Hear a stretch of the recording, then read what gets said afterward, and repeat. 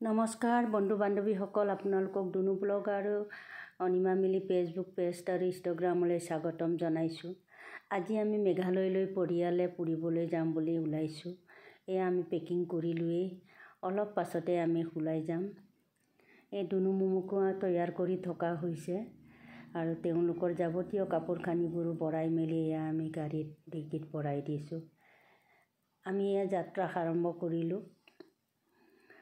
গুৱাহাটীৰ পৰা চিধাই আমি শ্বিলঙলৈ বুলি মেঘালয়লৈ বুলি যাত্ৰা কৰাৰ সময়খিনিত বাটতে আমি চাহ জলপান কৰিলোঁ।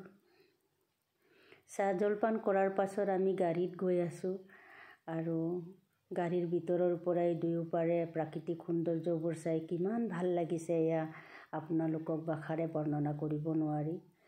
চিধাই আমি জোঁৱাইলৈ যাম বুলি ভাবিছোঁ। জোঁৱাইৰ পিপল চাবলৈ আমি কল্প কৰি আহিছোঁ। গতিকে এয়া বাটৰ আমি যিখিনি জাৰ্ণি কৰি গৈছোঁ এইখিনি আপোনালোকক দেখাই গৈছোঁ।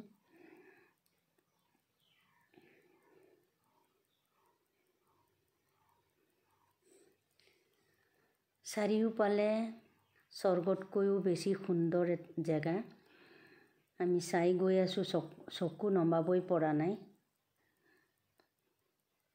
এয়া পিপল পোৱাৰ ওচৰ পাইছোঁহি আৰু এয়া পিপল ফাইনেলি আমি পাই গ'লোঁ।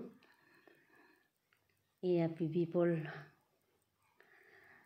ইয়াৰ পাছত আমি ডাইৰেক্ট পিপলৰ কিবালৈ গৈ আছোঁ জেগালৈ। মেইন ৰোডৰ পৰাও প্ৰায় 2 কিলোমিটাৰ কুচকি যাব লাগে। সেয়ে জংঘলীয়া জেগা, সেইকাৰণে মই চমু হোৱাকৈ কুৰ্তা পিন্ধি লৈছোঁ। ল'ৰাই জাপ মাৰিব চেষ্টা কৰিছে।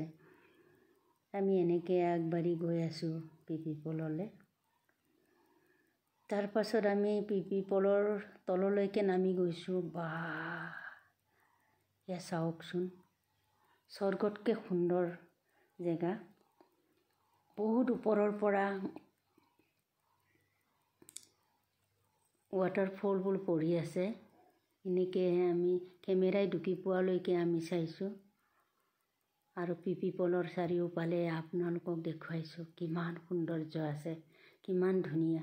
ফাইনেলি আমি 2-এটা ষ্টিল কেমেৰা ল'লোঁ।